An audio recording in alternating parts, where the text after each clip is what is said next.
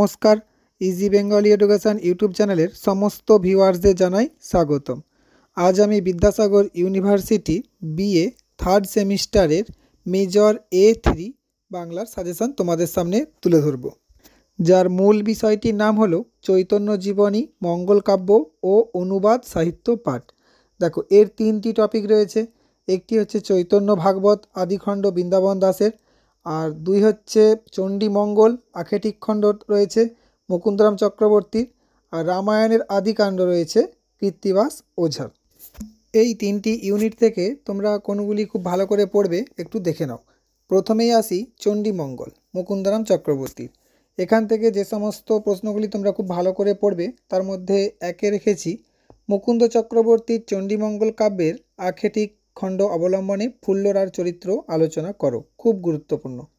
2তে রেখেছি মুকুন্দ চক্রবর্তীর কাব্যে উপন্যাসের লক্ষণ কতখানি প্রকাশিত হয়েছে তা আলোচনা করো। এটাই অথবা হিসাবে বলতে পারি মুকুন্দ চক্রবর্তীর অভয়ামঙ্গল কাব্যের আধুনিকতা আলোচনা করো। আচ্ছা, 3তে রেখেছি অভয়ামঙ্গল বা চণ্ডীমঙ্গল কাব্যে কৌতুক রস ও হাস্যরস সৃষ্টিতে মুকুন্দ চক্রবর্তীর কৃতিত্ব আলোচনা করো।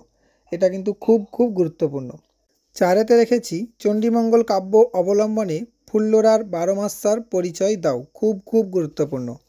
5তে রেখেছি চণ্ডীমঙ্গল কাব্যে মুকুন্দের বাস্তবতাবোধ ও সমাজ বাস্তবতাবোধের পরিচয় দাও। 6তে রেখেছি চণ্ডীমঙ্গল কাব্য অবলম্বনে মুকুন্দরাম চক্রবর্তীর কবি কৃতিত্বের পরিচয় তুলে ধরো।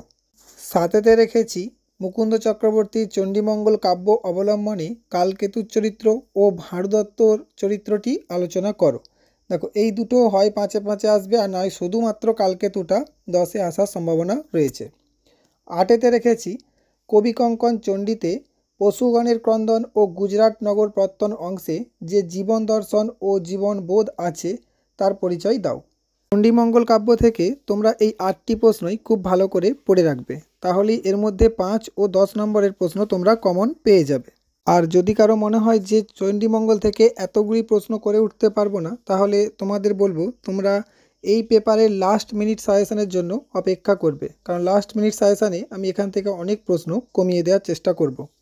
আর সেটি পাওয়ার জন্য তোমরা অবশ্যই চ্যানেলটি সাবস্ক্রাইব করে বেল আইকনটি ক্লিক করে রাখবে, যাতে খুব তাড়াতাড়ি নোটিফিকেশান পেয়ে যাও।